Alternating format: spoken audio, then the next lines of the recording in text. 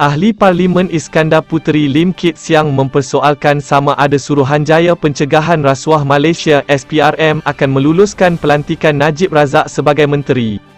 Jika nama bekas Perdana Menteri dihantar kepada agensi itu untuk semakan, dia membangkitkan persoalan itu susulan laporan berhubung spekulasi penyusunan semula Kabinet membabitkan 4 menteri. Dengan Najib disebut-sebut bakal diangkat sebagai penasihat ekonomi di Jabatan Perdana Menteri, menjadi amalan biasa untuk memanjangkan senarai cadangan pelantikan sama ada ke dalam Kabinet atau apa-apa jawatan tinggi kerajaan ke SPRM untuk semakan.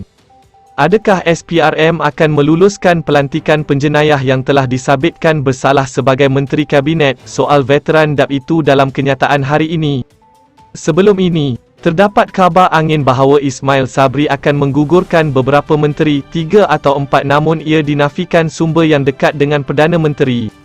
Antara nama menteri yang disebut-sebut akan digugurkan adalah menteri di Jabatan Perdana Menteri Tugas-Tugas Khas, Abdul Latif Ahmad, susulan kritikan terhadap Agensi Pengurusan Bencana Negara (NADMA) yang dikatakan gagal memainkan peranan berkesan semasa bencana banjir.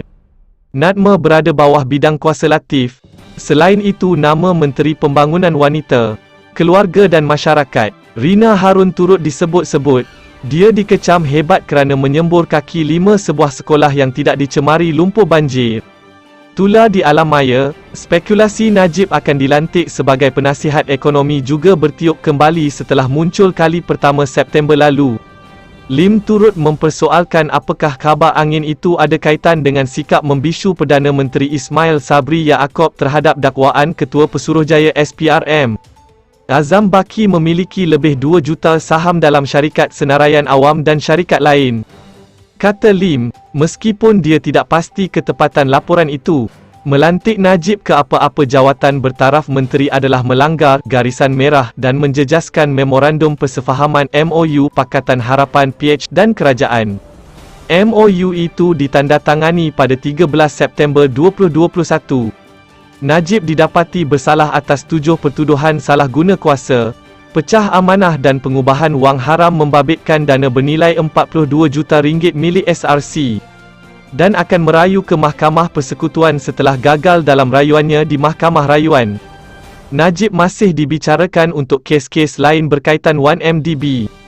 Azam Baki pula berdepan dakwaan memiliki antara 1.9 juta hingga 2.9 juta saham dalam sebuah syarikat Senaraian Awam pada 2016. Serta 2.15 juta waran dalam sebuah lagi syarikat lain.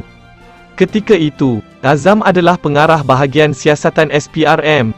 Kontroversi melanda Azam mengundang desakan pelbagai pihak, khususnya daripada pembangkang yang menempelak sikap membisu Ismail Sabri dalam kes itu. Selain desakan agar Azam direhatkan sementara menunggu siasatan, esok, SPRM dijangka mengadakan satu sidang media bagi menjelaskan dakwaan konflik kepentingan yang melibatkan Azam. Terima kasih kerana menonton, subscribe dan jumpa di isu seterusnya.